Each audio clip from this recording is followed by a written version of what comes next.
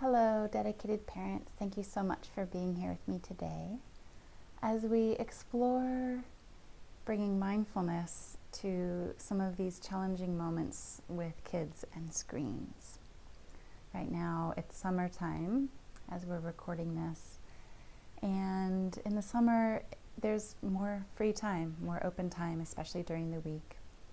And it's inevitable that children will be asking for more screen time. And it's challenging. And it's helpful for us to have a practice of noticing what comes up in us as our children demand more screen time, so that we can be mindful of the tendency to either accommodate those requests and give in, or explode when our children demand more screen time, or alternate between the two. Cave in, and then explode when we feel like they've just gotten too much screen time. So what can be helpful is to notice what's happening inside of us as our children demand more screen time, and to choose how we'd like to respond. And what I'd like to recommend in terms of a response is a strategy that starts well before the child demands more screen time. And it involves setting up some ground rules. I like to think of it like speed limit. We wouldn't like it so much if we were driving down the road and the cop pulls us over and gives us a ticket, and we're like, hey, why are you doing that for? And the cop says, well, you're going 55, and we say, yeah, but the speed limit's 65 in this zone, and the cop says, yeah, but I've just decided that this is too fast, and so now the speed limit's 55, and here's your ticket. We wouldn't like that very much. So these arbitrary rules that kind of shift and change, that are unclear and sudden, don't feel very good to us as humans. So what's helpful is to set clear expectations up ahead of time. And when we do this with kids, we often expect or imagine that the child will then suddenly follow these rules. Just like you might imagine someone to automatically follow this speed limit. But what happens usually when we set these rules up, or these ground rules, is that the children will break these rules. And then it's helpful to figure out what to do when the children break the rules. Just like with the speed limit, the cop will pull us over if they catch us speeding, and will ask for a license and registration, and will usually write a ticket and hand it to us. So it's helpful to have a protocol clearly outlined ahead of time, well before the children start demanding more screen time. So this is what I recommend in terms of setting up some ground rules. I recommend having clear expectations ahead of time. And it's helpful to talk to your kids about screens as though screens are a privilege. Kids just assume that they're going to have these screens, but really, using screens and being on screens is a privilege, and it can be taken away. And for younger kids, you can talk about it like a bonus. So being on screens is a bonus. And there are certain rules that we need to follow in order to earn this bonus or this privilege. And you can build my trust by following these rules. And these rules include this many minutes per weekend day and this many minutes per weekday. And I encourage you to even detail that more fully. And it's helpful to sit down with the child and think about this together. So how many minutes do you think per week? And how many minutes do you think per weekend? Okay, thank you for your input, and this is what your dad and I, or this is what we're gonna decide, or if I'm single, this is what I'll think about this, and this is what I've decided. So it's helpful to take the child into this process and include them and collaborate with them in designing these rules. You'll have a lot more buy-in if you sit down together and craft these rules together. And then to add in there that if there are complaints or begging or tantrums, that's okay. You can complain and beg and have your tantrums. I'll create space for that. but it will mean that you will lose the privilege for this many days. And that's up to you for X amount of days. For some people, that's 1 day. For some people, that's 7 days. So you get to decide, but what's important is that these expectations are clear, which means they're written out, they're agreed upon, maybe posted somewhere, and decided ahead of time, not just changed in the moment. That becomes more like a threat or a punishment, which is not an expectation and can degrade the relationship, which will make it much less likely that you'll get buy-in from your kids. And then I also like to add that a when-then approach. So some people find it frustrating that chores aren't done, or during the school year homework isn't done. So it's helpful to say, well, when these things are done, then you can use the screens and have fun. So when blank is done, then you can use screens and have fun. So it's helpful to set these expectations up well ahead of time. What I often see happening is that there's a lack of clear expectation. And these lines show how many times the child is asking for screens. And these words over here relate to our experience inside, the parent's experience. So the child asks once, and the parent can patiently say, nope, all done for the screens for today. Oh, but we're going to be in the store. You're going to be going shopping. Can I just sit in the car and use the screen? Nope, you already had plenty of screen time. Oh, but this and that, can I just? And during this whole time, all of these 10 times that the child asks, we're able to be patient because we know it's coming, so we're able to hold the line calmly. And then there's a certain semi-tipping point where we move into an area of impatience. And the next 2 or 3 times that the child says something, we are more agitated, we're more impatient, and that frustration is growing. Until suddenly, the next time the child asks, there's another tipping point where we are explosive. We just lose it as the parent, and we say things like, you're so demanding, don't you realize you're always on the screens and you never this and you're always that and you're always complaining and you're so ungrateful. So we've moved into the area as the parent of interpersonal disapproval, and we have started shaming our child.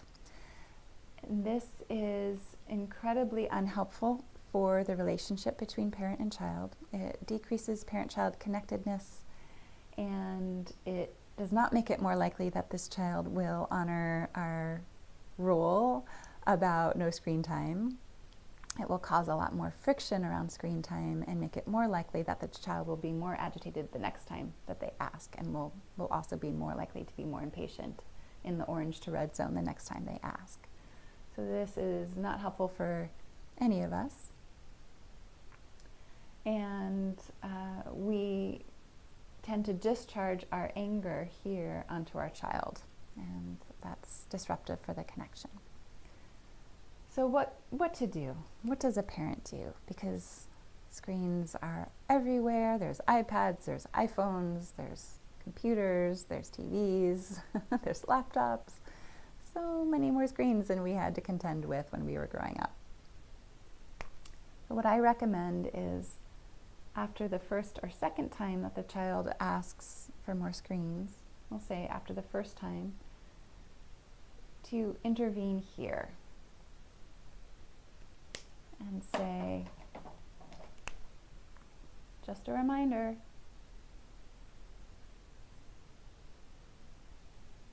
about our rules. You can complain and you can ask for more, or I've asked you to get off and you're still on. If you don't get off now, you will lose your screen time. That's our rule. So just a reminder, a simple, short reminder about the rule. And then if they ask again or they start complaining or demanding, then the next step is to set the limit. It's helpful to do this down here, not up here, down here in the green zone, not up here in the red zone where we're overly agitated. We're actually explosive in the red zone. In the orange zone, we're agitated. Not helpful to set the limit here either. Not helpful to set the limit when we're explosive and angry. Very helpful to set the limit when we have tons of patience left in that green zone area. So at the very bottom of the green zone, after the first infraction, a reminder. After the second one, a limit.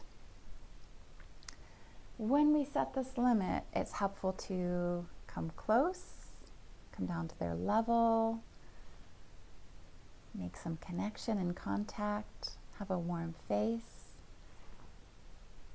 avoid interpersonal disapproval and shaming, focus on connection and warmth, and set the limit warmly like this. Okay, that means there's no screen time tomorrow and for the rest of the day today.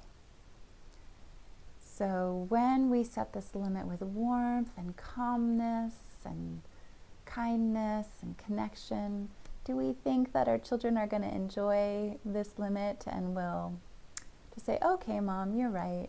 Thanks for the reminder about this rule. No screen time tomorrow. No, no, no, no, no. Even if we set this limit with warmth and love and care and a warm smile and connection and coming down to their level, they will lose it. They will likely lose it. And we can even say, because we're setting the limit with warmth and kindness and connection and calm, it's creating an emotional safety zone for them to offload all of their tension and hurt and anger and frustration at this limit, at bumping up against this limit. We've created a safety zone for them to feel their feelings. So as we set this limit, it's helpful to remember to say no to the behavior of continuing the screens, to say no to screens for the next X amount of days, and to say yes, a big, warm, loving yes to all of their feelings about that. So as I set this limit, I also know that I will need to spend some time listening. As Patty Whiffler writes, we can imagine it as setting a limit and then listening, limit, listen, limit. So set the limit, listen for a while, and then they demand and they say, why can't I just have one more turn, please? I was in the middle of something. I'm almost done. Please, please, can't I just? And then come back to the limit.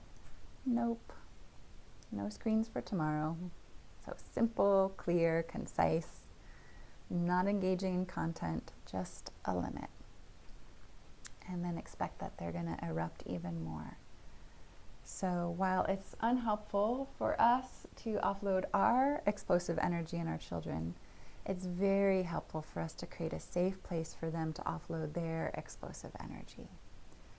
If we become agitated and erratic ourselves, we are no longer offering a regulated presence for them in the midst of their dysregulation, and that's unhelpful for them.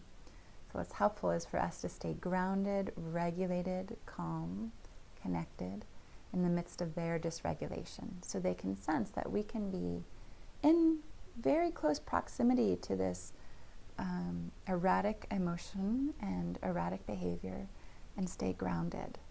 We're modeling this capacity. It's a teachable moment each time we can do that. And they will internalize that capacity. Each and every time we are able to do that, it is benefiting our children. It is laying down neural networks, neural pathways for them to be able to be in contact with erratic emotions and challenging behavior and stay modulated. So they don't know this. We don't even really recognize this, but it's happening. So it's a gift we're giving our children. And if we're able to stay in this patient zone with the child after we offer the reminder and then set the limit and listen, limit, listen, limit, staying in this green zone ourselves, what happens is the child experiences us as the calm, confident captain of the ship, and someone they respect because we haven't flipped our lids. So if I plop my brain out to the side, I can show you that this is kind of a model of the inside of the brain. And near the knuckles up here, the front of the forehead area, is the prefrontal cortex, the higher order thinking brain where emotional regulation basically takes place. Our regulatory functions of the brain take place. If we open our forefingers up and we see the thumb inside of that little fist, then the nail bed of the thumb represents an area approximately related to or corresponding with the limbic brain, which is the emotional brain, where the emotional overwhelm occurs.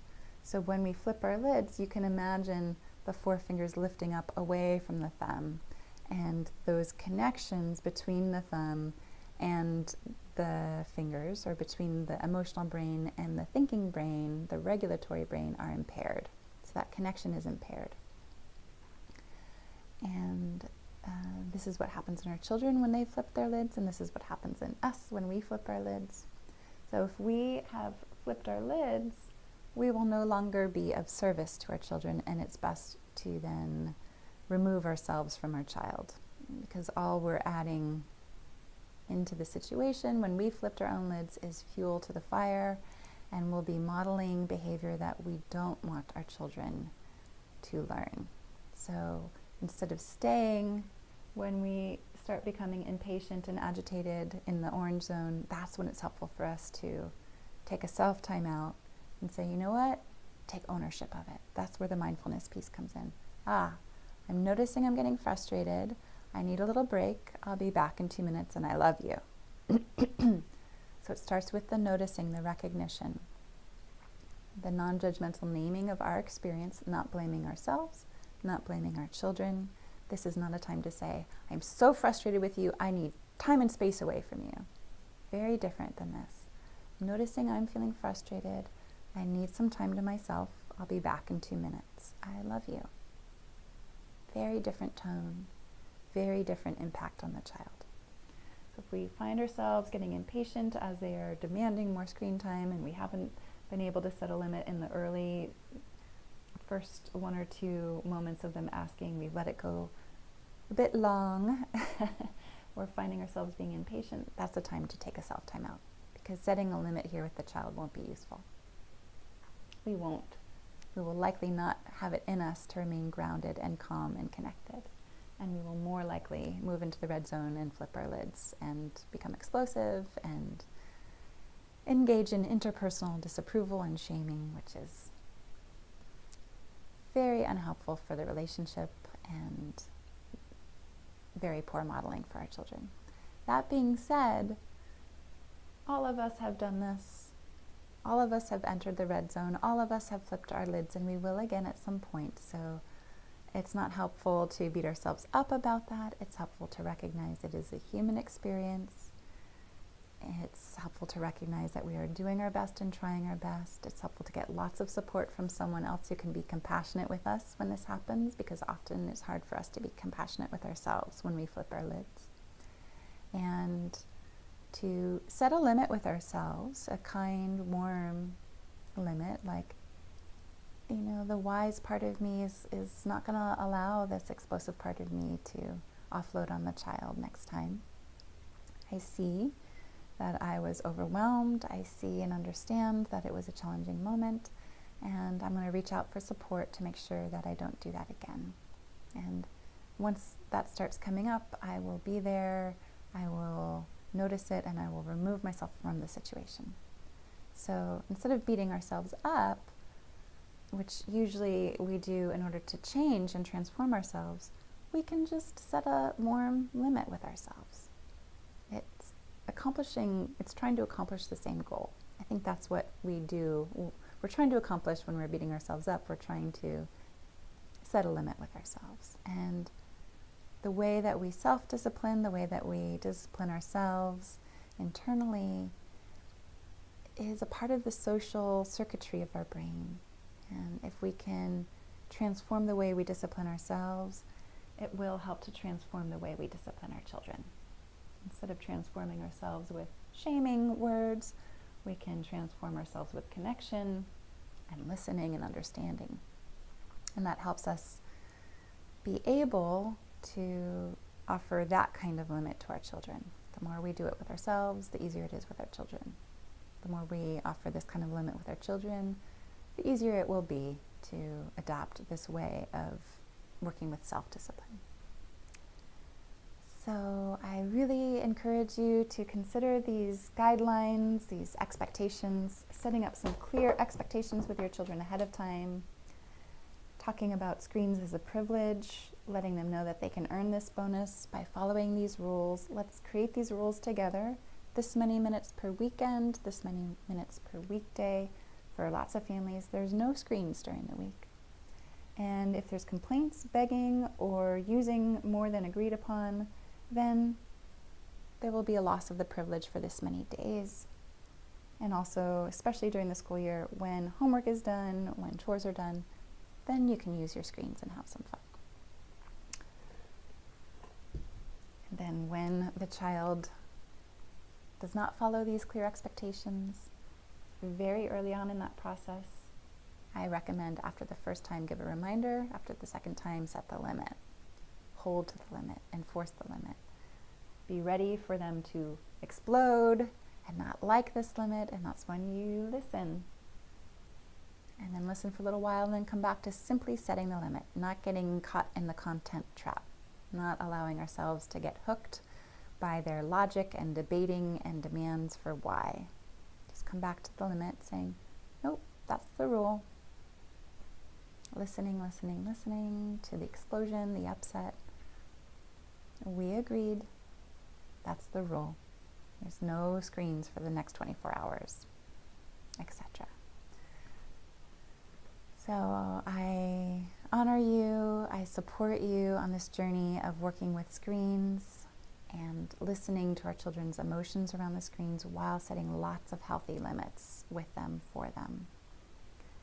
And empowering them to make healthier choices around screens. Perhaps one day a week asking them how much screen time they think they should have, and letting them know that they can build your trust by making good choices around screens. Also recommend setting limits with screens in the bedroom and considering no screens in the bedroom, and that screens are in common areas only.